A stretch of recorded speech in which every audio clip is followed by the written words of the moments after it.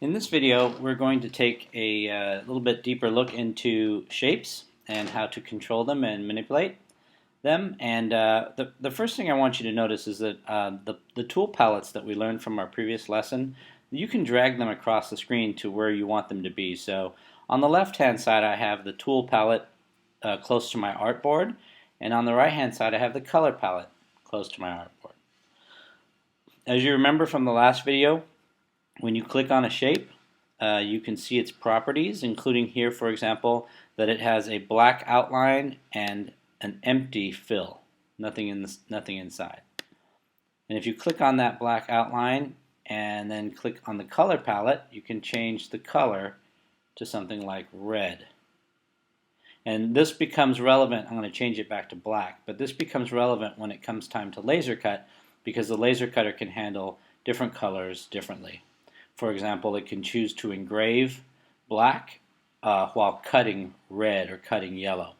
You could even adjust the speeds and things like that. So we'll talk more about that when we get to laser cutting.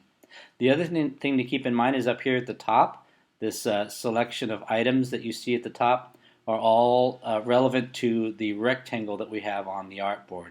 And so depending on what object you've chosen, these properties up at the top change as well. Right now you'll notice up at the top left that it has no border, black border, no fill.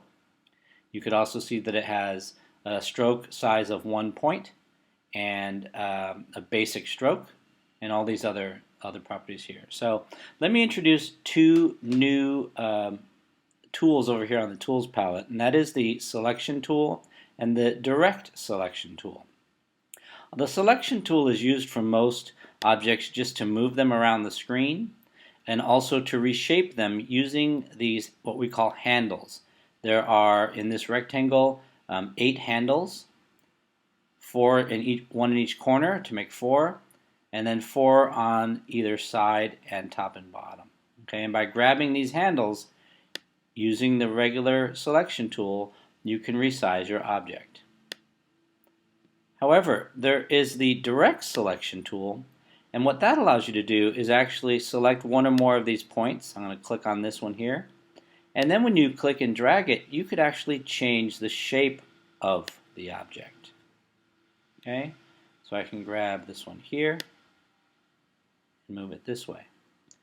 I could even choose to select multiple, and then as I move them, it moves both of them upward.